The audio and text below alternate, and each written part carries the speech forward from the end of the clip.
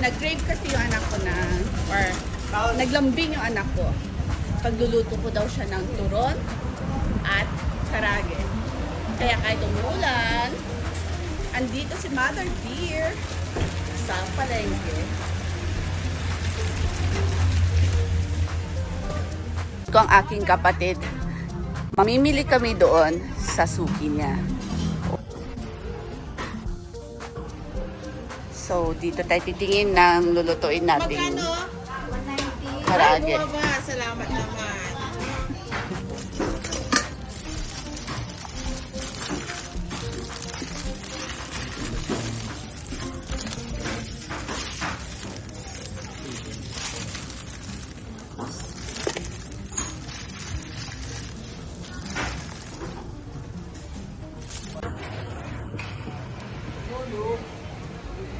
Pulundag pa.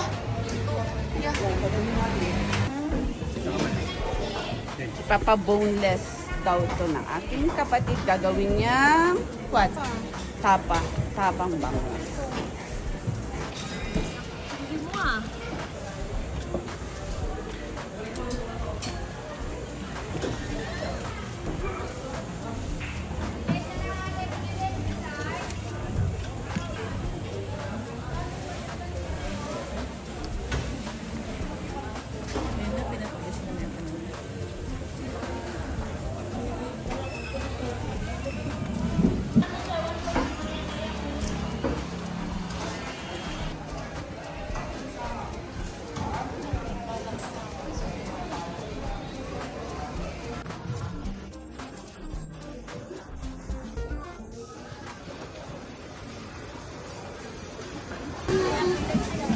Ikot lang tayo.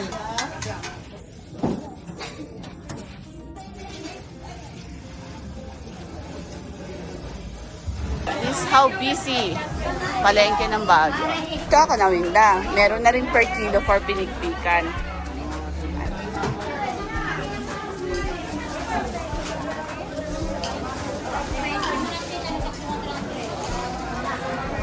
Ito ang namis ko. Ang ako mismo, ang mamamalengke. Sa Japan kasi, malinis na lahat. Nakapak na, nakaripak na. Kaya, alam mo yun, kahit nabili ko na yung gusto kong bilihin, parang ikot pa rin ako ng ligat. Kasi pabalik na naman ako, hindi ko na naman alam kailan ulit magagawa ito.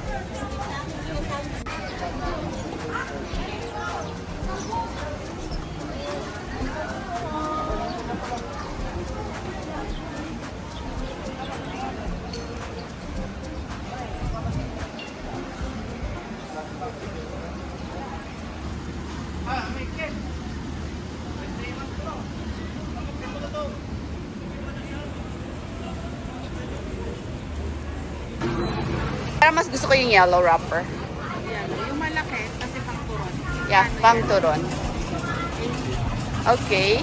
Then, flour na rin and sugar. White, wag brown. White sugar. White sugar. Kasi may taga-unang talaga. So, para sa aking karage, andyan na. So, saging na saba na lang and tapos na ako sa aking pamamalengke.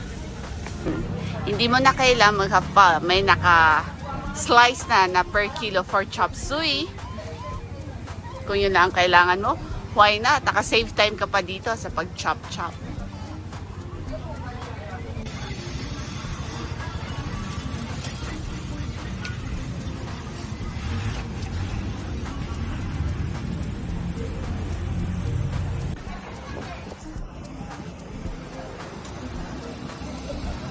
Mangga.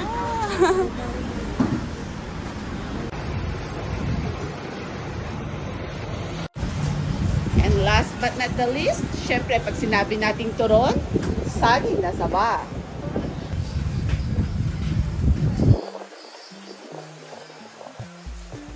Mano amin? 150. Thank you. Yan. Mahilig ang mga bata lahat ng turon, kaya damihan na natin. At bago dumating pa ang ulan, kaya dito kami naglibot-libot pa ng matagal sa palengke.